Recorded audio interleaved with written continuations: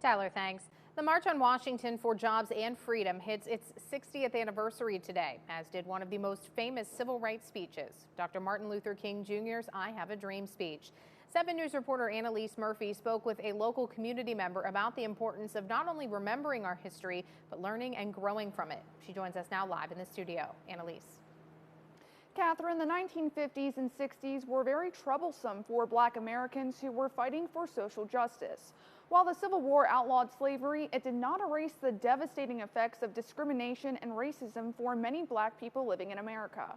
Today, Bishop Darrell Cummings reflected on this 60th anniversary and local challenges he's lived through.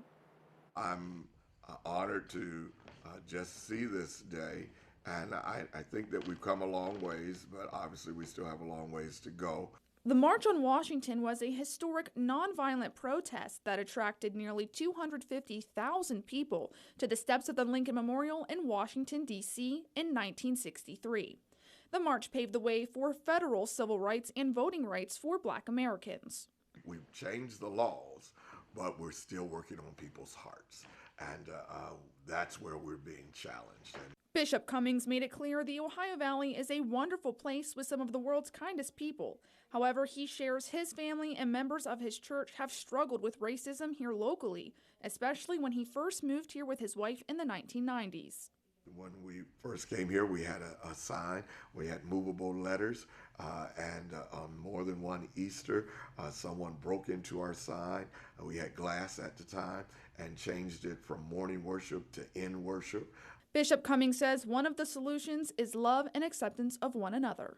Love will make the difference. Love will bring us together. Love will help us to conquer some of the challenges of the past. And by demonstrating love to others and let them see diversity in your life.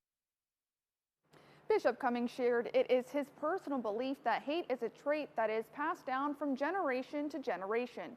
He says it is more natural to love, and love is something we all need to share with one another if we want to create a positive change for our community.